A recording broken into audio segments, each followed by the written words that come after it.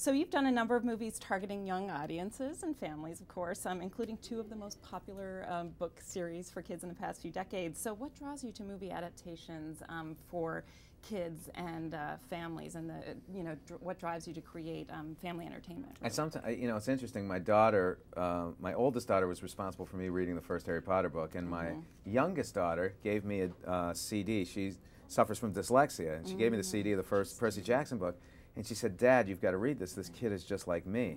So I read the book, and I was touched by the fact that Percy has dyslexia and ADHD, but it's empowering for him. You know, those things are actually empowering for a kid in this particular story. Also, Grover has crutches, but his crutches are actually weapons, and the whole sense of kids feeling empowered, even with Annabeth, Annabeth's a great role model for young girls.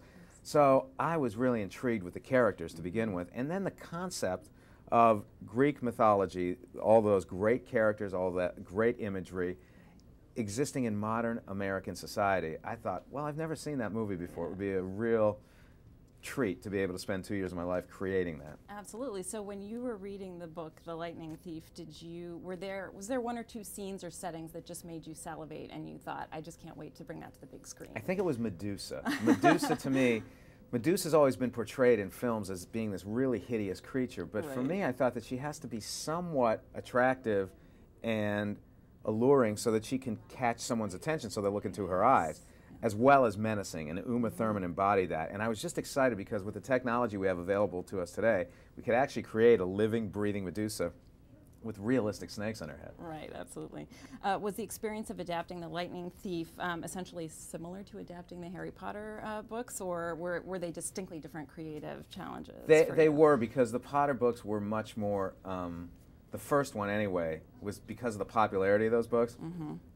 There was a feeling that if we moved left or right too far, if we weren't anything but incredibly faithful, no one would show up. So there was this incredible pressure. By the time we got to the second and third, we started to feel a little more looseness, and things were changed for the film. If you look at The Goblet of Fire, it's a much different movie than the book because the book was 700 pages. For this, I just felt a tremendous amount of directorial freedom. Like I was concentrating on making the best movie possible from the source material. One last question, since my time is running out.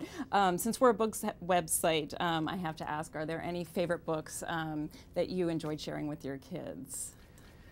Yeah, I think that, I love books that, my favorite book happens to be To Kill a Mockingbird. So, but the books that I read, like Grapes of Wrath, I've read about 3 or 4 times.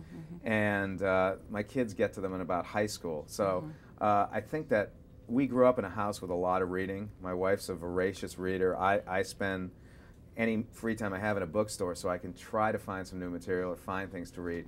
I am obsessive about and the Kindle is the greatest thing that's ever happened to me because now I can carry my entire book collection with me.